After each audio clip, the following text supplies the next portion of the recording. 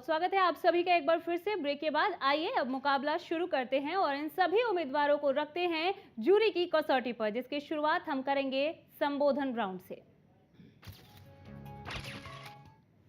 सबसे पहले रुख करेंगे रिचपाल शर्मा की ओर, लेकिन संबोधन राउंड के नियम के मुताबिक हम आपको बता दें, हर एक उम्मीदवार को 3 मिनट तक जनता को संबोधित करने का मौका मिलेगा, जिसके लिए संबोधन के विषय हम आपको पहले ही बता चुके हैं। और अब एक बार फिर अपने दर्शकों को भी बता दें कि इन उम्मीदवारों के संबोधन के दौरान इन बातों को ध्यान रखना जरूरी है कि इनके हलके की समस्याएं क्या हैं, इनके हलके और प्रदेश के लिए इनकी सोच क्या है, इनका विजन क्या है, और इन्हें साथ ही ये भी बताना होगा कि जनता इन्हें क्यों चुने।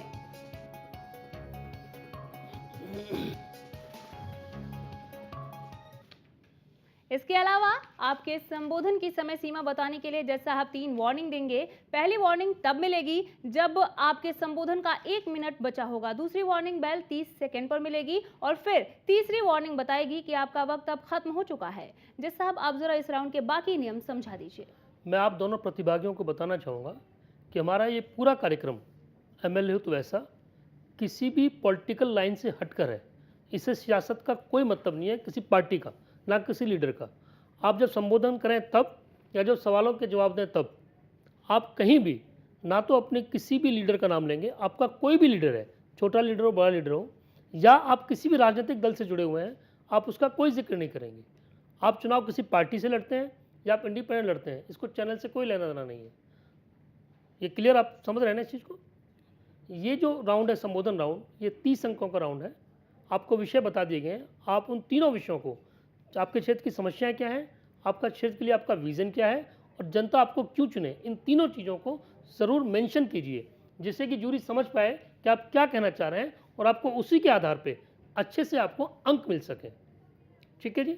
जब सवाल जवाब राउंड होगा, 4 सवाल आपसे जूरी पूछेंगी, हर सवाल के 10 अंक होंगे। उसके बाद फिर 30 अंक का राउंड एक और होगा, जिसमें आपसे सवाल पूछे जाएंगे, आपके बीच में एक हल्का सा डिस्कशन कराया जाएगा सवाल के ऊपर, उसके आधार पर आपको 30 अंक में से अंक दिए जाएंगे। ठीक है। इन 100 में से 55 अंक आपको लेने हैं। मैं जूरी साहिबान से भी कहना चाहूँगा कि इनकी गुणवत्ता पर, चाहे संबोधन की बात हो चाहे सवाल जवाब की बात हो, उनकी गुणवत्ता पर तार्किक ढंग से इनको अंक दिए जाएं।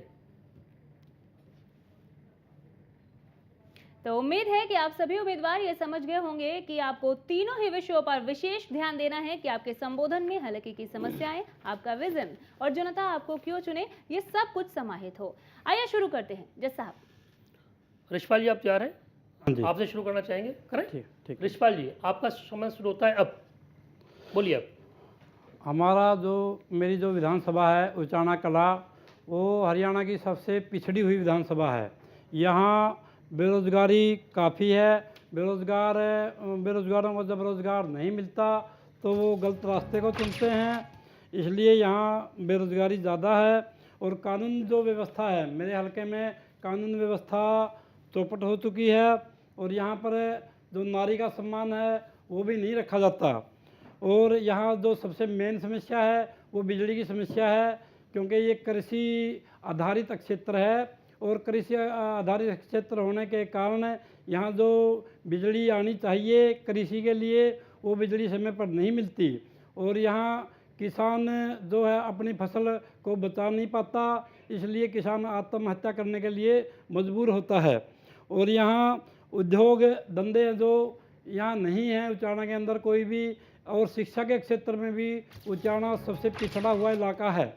और उचाना में न तो कोई सरकारी कॉलेज है, न कोई सरकारी यूनिवर्सिटी है, न कोई मेडिकल कॉलेज है, न कोई यहाँ स्पोर्ट्स का कॉलेज है। यहाँ शिक्षा के क्षेत्र में सबसे पिछड़ा हुआ इलाका है उचाना विधानसभा। और यहाँ हेल्थ के मामले में भी उचाना में कोई प्रोग्रेस नहीं हुई है। कोई भी बड़ा हॉस्पिटल नहीं है, छोटा हॉस्पिटल है। वहाँ जैसे 9 डॉक्टरों की पोस्टें हैं, लेकिन वहाँ 2 डॉक्टर ही हैं।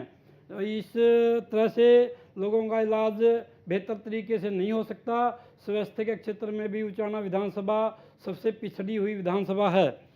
और यहाँ जो किसान है, किसान को महंगे रेटों पर खाद, बीज, दवाइयाँ महंगे रेटों पर मिलती हैं और किसान उनको लेने में असमर्थ है। इसलिए जो यहाँ का किसान है वो सबसे ज़्यादा पिछड़ चुका है। और मंडियों में जो व्यवस्था है, मंडियों की व्यवस्था भी यहाँ मतलब साइड है जो बहुत छोटा है मंडी के अंदर, और फसल जो किसान लेके मंडी में आता है उसकी फसल खराब हो जाती है, इसलिए वो अपनी फसल को बचाने में भी नाकामयाब रहता है।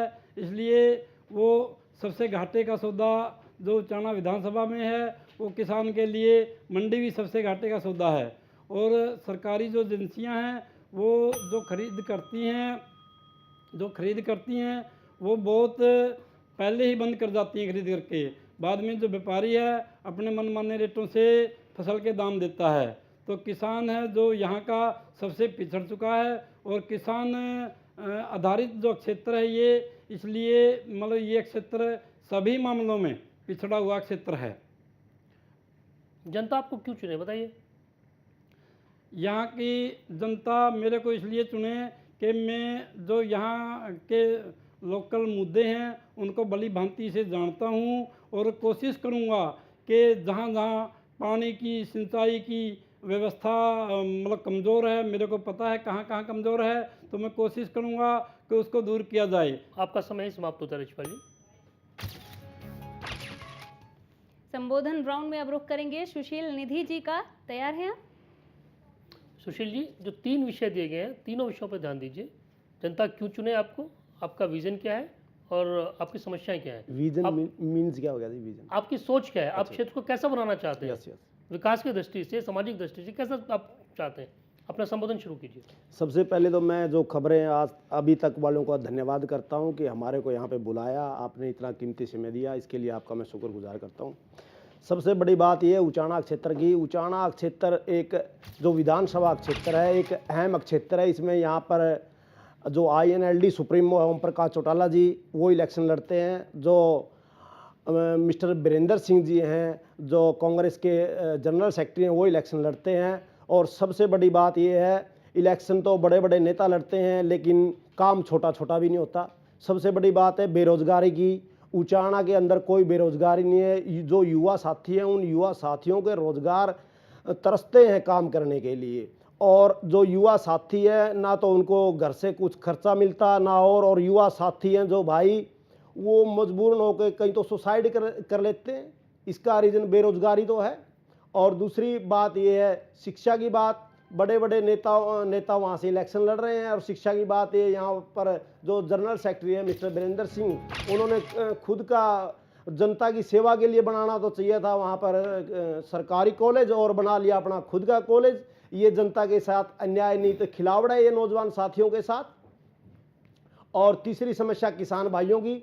आज सबसे घाटे का सौदा किसान भाइयों का है। ना तो उनको समय पर पानी मिलता, ना समय पर उनको बिजली मिलती, और जो फसल के दाम हैं ना वो समय पर फसल के दाम मिलते। और जो सरकार जो रेट लगाती है कुछ दिन तक के तो रेट लगाती है, फिर बाद में जो व्यापारी लोग हैं अपनी मनमानी करते हैं। और जनता हमारे को इसलिए चुने जो व्यक्ति तो वहाँ प्योरिटी देगा, जो नौजवान जो बेरोजगार भाई हैं उन बेरोजगारों को रोजगार देगा, और जो क्या नाम है शिक्षा देगा।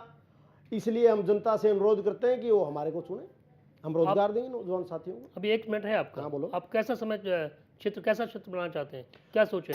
वहाँ पे सबसे बड़ी बात है क्षेत्रवाद है। जाट नॉन जाट का सिस्टम है। हम जाट नॉन जाट का सिस्टम को दूर करेंगे। एक जनसाधारण व्यक्तित्व की बात रखेंगे। जो जनसाधारण व्यक्ति हैं उनकी मूल सुविधाओं को हमारे को पता है गरीबी क्या होती है। हम गरीबी में पले हैं, हमें पता है जनसाधारण का व्यक्तित्व क्या होता है, हमारी समस्याएं क्या होती हैं, और उन समस्याओं से हम अच्छी तरह जूझना जानते हैं। और इन जो राजनीतिक लोग हैं जो वहाँ पर पार्टियों के जो सुप्रीमो हैं उन्होंने तो हमारा शोषण किया है। कैसा क्षेत्र बनाएंगे आप अपना? हम एक शिक्षित क्षेत्र बनाएंगे। वहाँ पर जो नौजवान भाई हैं उन नौजवान भाइयों को रोजगार देंगे और अच्छा स्वास्थ्य देंगे। जो हमारे किसान भाई है उन किसानों को एक आधुनिक कृषि है, जो आज आधुनिक कृषि आई है वो आधुनिक कृषि देंगे। ठीक है जी, थैंक यू सुशील जी, धन्यवाद। इसके साथ ही संबोधन राउंड यहीं पर खत्म होता है। वक्त भी हो चला है एक छोटे से ब्रेक का। ब्रेक से लौटने पर सभी उम्मीदवारों को तैयार रहना होगा जूरी के सवालों का जवाब देने के लिए सवाल जवाब राउंड में।